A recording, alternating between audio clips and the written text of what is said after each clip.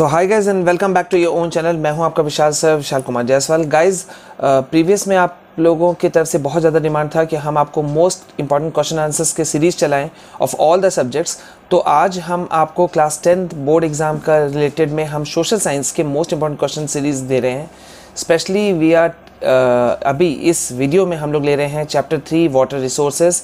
और अगर आप इन क्वेश्चंस को करते हैं जो हम आपको प्रोवाइड करा रहे हैं तो आपको बोर्ड एग्ज़ाम में बहुत अच्छे मार्क्स स्कोर करने में बहुत ज़्यादा हेल्प मिलेगा। ठीक है, तो आज हम ले रहे हैं इसमें जो शॉर्ट आंसर टाइप क्वेश्चंस जो होते हैं या लॉन्ग क्वेश्चंस जो होते हैं उसको हम टच कर रहे हैं। इसको आप लोग ज़रूर इसको अच्छे से प्रैक्टिस कीजिए, इसे याद कीजिए और अच्छे मार्क्स को आपको स्कोर करने में काफ़ी हेल्प मिलेगा। लेकिन गाइज यहाँ पे एक बात मैं आप लोगों को बता दूँ कि जो स्ट्रैटेजी हमने सेट किया है और जो टारगेट हमने सेट किया है, आप उसमें अच्छे मार्क्स तभी स्कोर कर सकते हैं जब आप उतने ही मेहनत से पढ़ें जितने की मेहनत से हम इस नोट्स को आपके लिए तैयार कर रहे हैं। तो गाइज़ इस उम्मीद पे कि आप अच्छे मार्क्स स्कोर करोगे, अच्छे से पढ़ोगे। चलिए शुरू करते हैं बिना देरी किए हुए। तो सबसे पहले हम लोग ले रहे हैं शॉर्ट क्वेश्चंस में question number 1, why water is considered as water renewable resources. ठीक है, तो पानी को यहाँ पे क्यों ऐसा कहा जाता है कि ये जो है ये रिन्यूएबल रिसोर्स है। ठीक है, तो आंसर यहाँ पे दिया हुआ है, देखिए आपको हमने सारे क्वेश्चन के आंसर्स आपको प्रोवाइड कराए हैं। Fresh water is mainly obtained from surface run of and ground water that is continually being renewed and recharge through the hydrological cycles. यहाँ पे क्या हो रहा है कि फ्रेश वाटर जो होता है वो मेनली ऑब्टेन्ड होता है सरफेस रन ऑफ से, ठीक है, या फिर ground water say that is continually being renewed, जो कि लगातार रिन्यू होते रहता है और रिचार्ज होता है थ्रू द हाइड्रोलॉजिकल साइकिल। ठीक है, all water moves with in the hydrological cycle ensuring that water is a renewable resource. जो भी जितने भी पानी जो होते हैं जो इस हाइड्रोलॉजिकल साइकिल के अंदर में होते हैं वो इस बात को इंश्योर करते हैं कि पानी जो है वो एक रिन्यूएबल रिसोर्स है।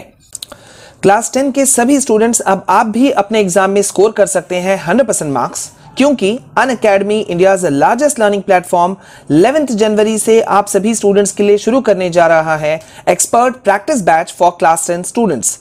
ये बैच पूरी तरह से प्रैक्टिस कोर्स है जिसमें कि maths, chemistry, physics, bio etcetera सभी का आपको प्रैक्टिस कराया जाएगा।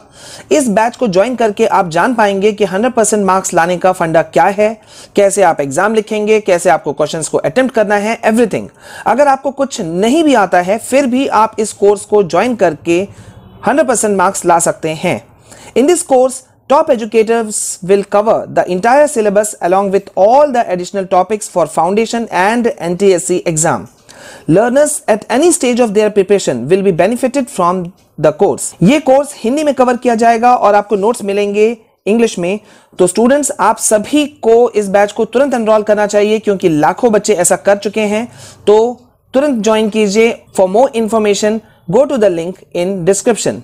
ठीक है, अच्छा यहाँ पे गाइज मैं आप लोगों को एक चीज़ बोल दूं, क्योंकि क्वेश्चंस की संख्या कुछ रहेगी और इसमें क्योंकि आंसर भी हैं तो हम आपको सारे क्वेश्चंस को एक्सप्लेन अभी नहीं कर रहे हैं। हमने आपको जितना भी मोस्ट इंपॉर्टेंट जो आपने मांगा था वो हम आपको इस चैप्टर से प्रोवाइड करा रहे हैं। तो वीडियो लंबा ना हो जाए इस बात का हमें ध्यान रखना पड़ेगा। तो अगर आपको समझने में कहीं कोई इश्यूज़ हो या किसी पर्टिकुलर क्वेश्चन में कोई इशू हो तो कमेंट सेक्शन में हमें आप ज़रूर बताइए, हम उस पर्टिकुलर क्वेश्चन को आपको समझाने के लिए जरूर मदद करेंगे। बढ़ते हैं moving on to question number 2, how to revolutionize the agriculture and why. ये क्वेश्चन बहुत इंपॉर्टेंट है गाइज कि एग्रीकल्चर को कैसे रेवोल्यूशनाइज कर सकते हैं और क्यों करना चाहिए।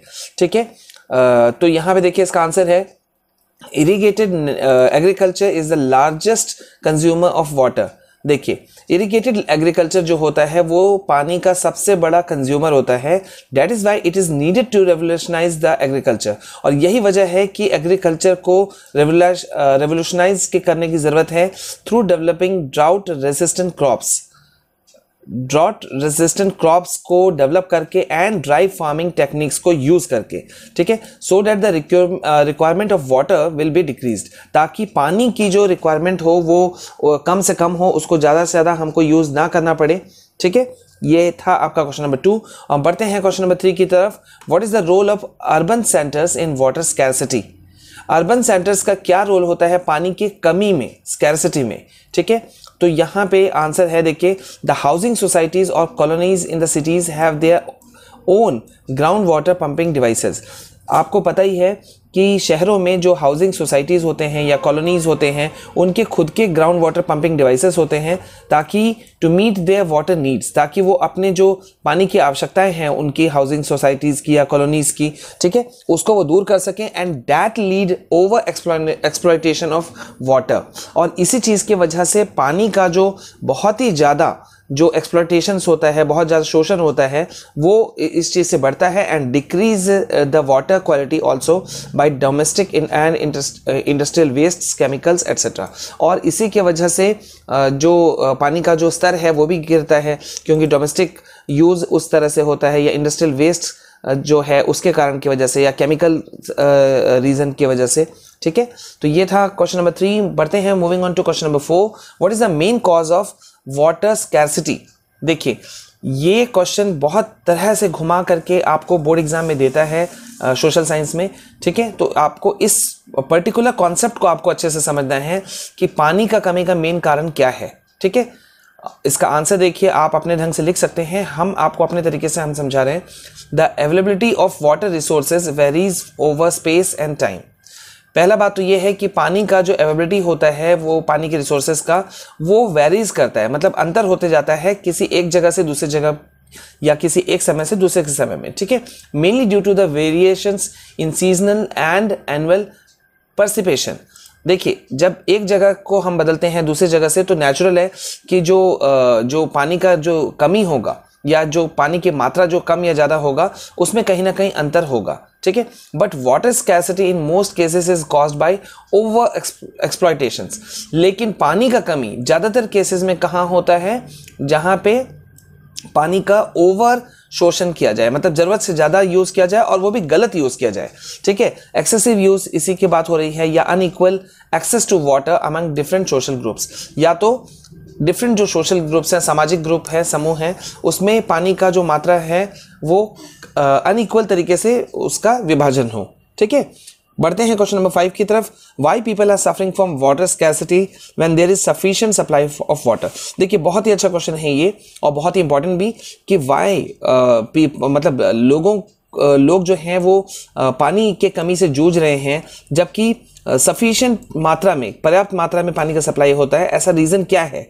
तो आंसर यहाँ पे देखिए क्या है स्टूडेंट्स, कि where water is sufficiently available to meet the needs of the people but the area still suffers from water scarcity, this is due to bad quality of water, ठीक है। देखिए, पानी की मात्रा सही जगह हो, सप्लाई हो, लेकिन मेन रीज़न हो जाता है पानी का जो बैड क्वालिटी है, उसके वजह से भी ये एक बहुत बड़ा असर होता है कि जो पानी है वो सही मात्रा में सही लोगों तक में नहीं पहुंच पाता है, ठीक है। Moving on to question number 6।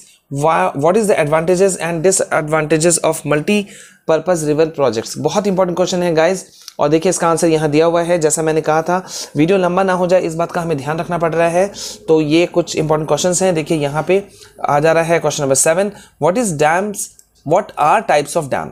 ठीक है, तो डैम क्या होता है और टाइप्स ऑफ डैम कौन से हैं? तो यहाँ पे हमने डैम का डेफिनेशन दे दिया, और यहाँ पर हमने आपको बता दिया कि डिफरेंट टाइप्स ऑफ जो डैम्स होते हैं वो कौन कौन से होते हैं, जैसे कि टिम्बर डैम हो गया, एम्बैंकमेंट डैम्स हो गए, या मेसनरी डैम्स हो गए, ठीक है, इस तरह से।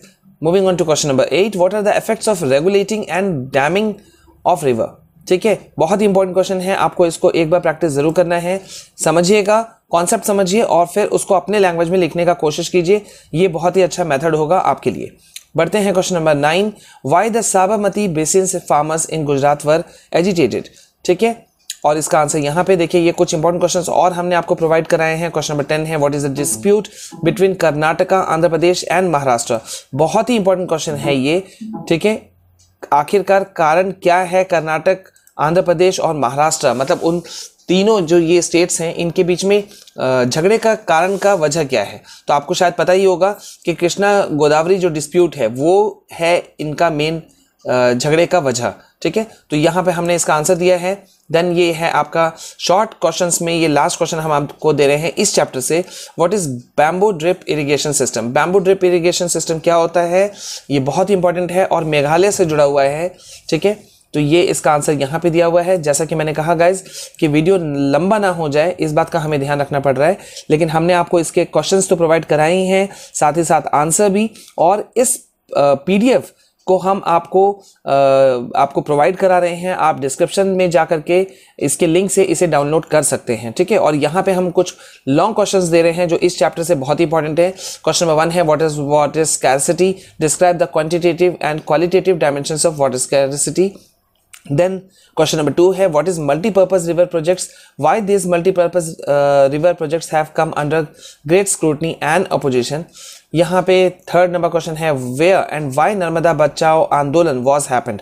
नर्मदा बचाओ आंदोलन जो हुआ था वो कहाँ और क्यों हुआ था, ठीक है। तो बहुत डिटेल वे में लिखना है, याद रखिएगा।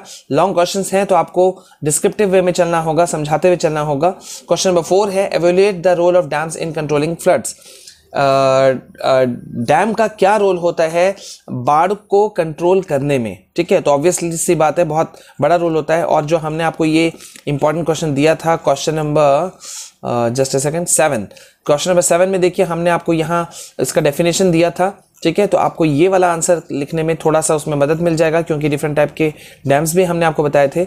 और ये है question number 5, what is rain water harvesting, what is the need of it and give examples of water harvesting practices in India. बहुत ही इंपॉर्टेंट क्वेश्चन है गाइज, ये शॉर्ट क्वेश्चन में भी आ सकता है कि रेन वाटर हार्वेस्टिंग क्या होता है।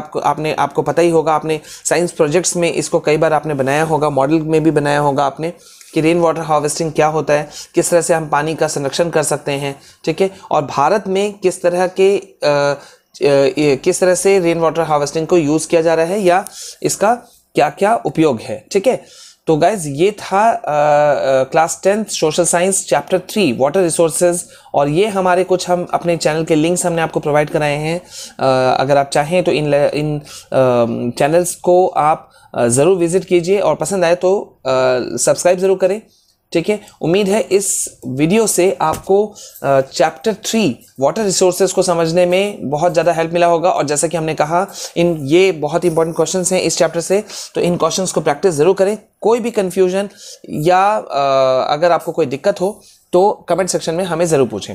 तो गाइज इस क्लास 10th सोशल साइंस के नेक्स्ट चैप्टर का वेट कीजिएगा, जिसमें हम अदर जो इंपॉर्टेंट क्वेश्चंस हैं किसी डिफरेंट चैप्टर से वो हम आपको प्रोवाइड कराएंगे।